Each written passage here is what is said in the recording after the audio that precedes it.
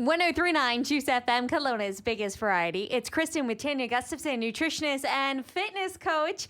So excited that we've leapt forward an hour and it's later into the evening so I can get out of the office and you can head up and go to Knox Mountain. That's my favorite thing to do, Tanya. And that's the key. We have to find something that we love. Not everybody wants to go to the gym.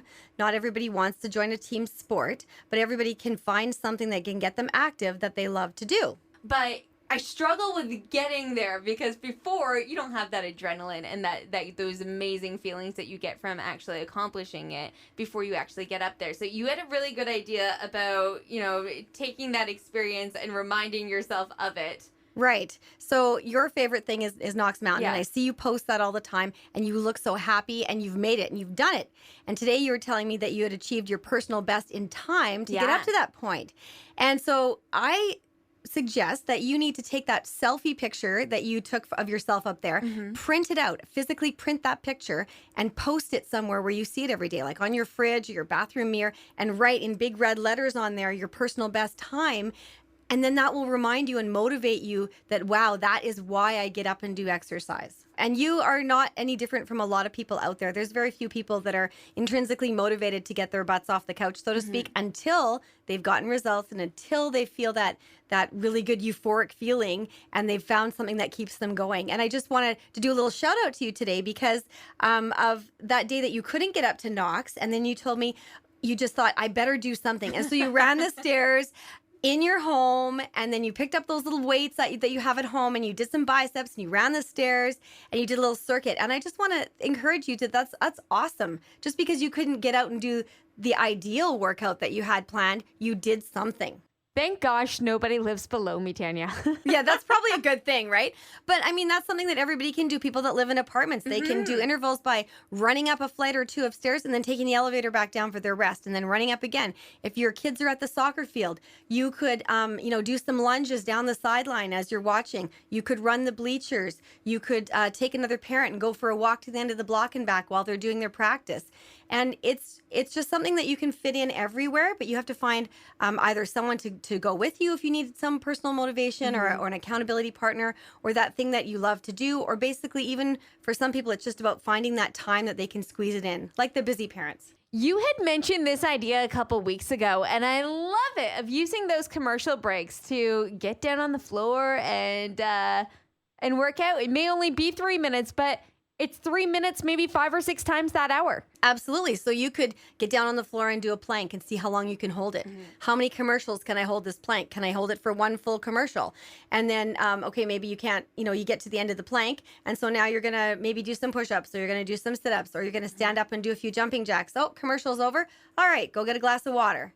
And you can do that little cycle in your home. That's easy to do for maybe parents who couldn't get to the gym. They didn't have a sitter. Now their kid's in bed. You can fit that in. And fun to do with the kids, too, if they're still awake. Absolutely, you could do that with your kids, too. It gets them up and moving and instead of focused and glued to that TV. And there's lots of different types of exercise that we can touch on as well, too. We'll talk about that next with Tanya Gustafson, nutritionist and fitness coach. You can connect with her at fuelignitethrive.com or on her Facebook page. 8 weeks is all it takes. 1039 Juice FM, Kelowna's biggest variety. You're never going to do it if it's something that you don't enjoy doing. 1039 Juice FM, Kelowna's biggest variety. It's Kristen. Finding an exercise that you like is half the battle, but there's more to it than that. Right, Tanya?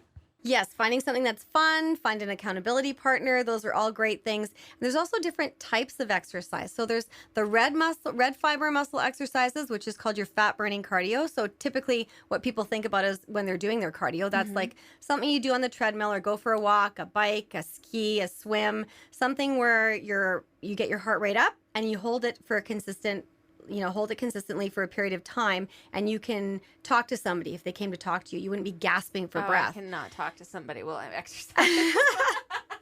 And so when you get to that point, that's more of a high intensity exercise. So those are when you're activating your white fiber muscles. So it's important to do a little bit of each. And that also breaks up the routine.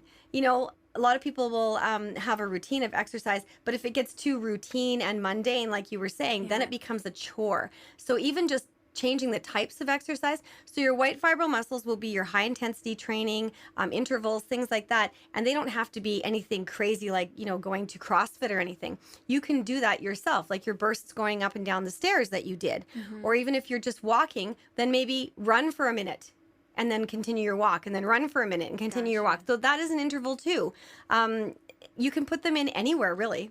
Yeah, that's another thing that I love about going up to Knox. It's like built-in intervals because you're going up a really steep hill at one point and you've really got to push yourself to get there. And then you do get the spots that kind of plateau off and you get a chance to catch your breath. I like those parts. Those are intervals, yes, because if you're working that heart rate up and you're gasping and you couldn't carry on a conversation, then you were doing a long interval. And you're right, when you get to the flat spots and you're resting, your heart rate comes down, you're in the recovery stage, and then you go again. Yeah. So those are a different form of intervals. You've made them just a little bit longer, and that's totally fine. You don't need a gym. You can do this too. FuelIgniteThrive.com so you can connect with Tanya Gustafson, nutritionist and fitness coach. 103.9 Juice FM, Kelowna's biggest variety.